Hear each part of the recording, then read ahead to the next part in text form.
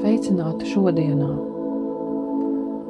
Un pirmais man nāk čenelinga vēstījums no Eona par cilvēka ceļu uz zemes.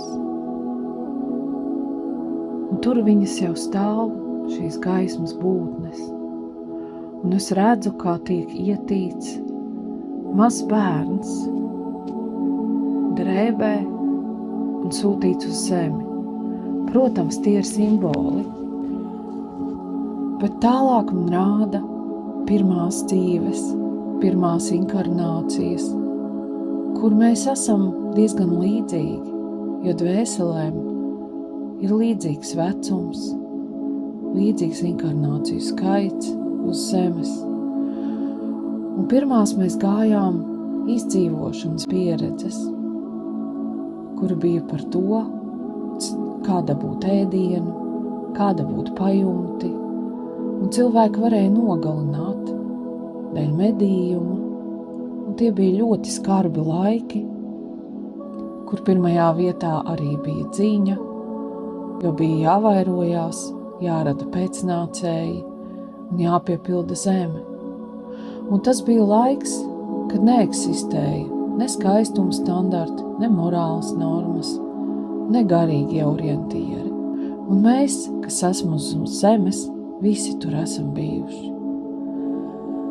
Un tagad man būtnes rāda pātrinātā filmā,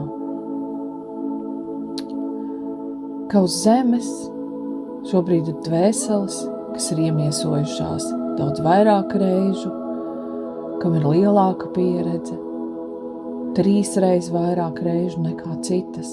Ir dvēseles, kas ir augušas lēnām. Un, ja mēs to apzīmētu kā datorspēlē, tad šobrīd uz zemes ir gan cilvēki, kuriem ir 1. līmenis, gan 2., gan 15., gan 100. Un tas, kas notiek pēdējās 10 gadēs, ir ļoti sarežģīti, jo tie, kas ir apakšā, nevar uztvert tos, kas ir augšā. Un tie, kas iet gaismā, tie, kas jūt garīgo ceļu sevī, tie, kas aug, tie, kas sajūt dievišķo pieskārienu un mīlestību, tie dažkārt mēģina dziedināt, palīdzēt, glābt tos, kas ir apakšā. Un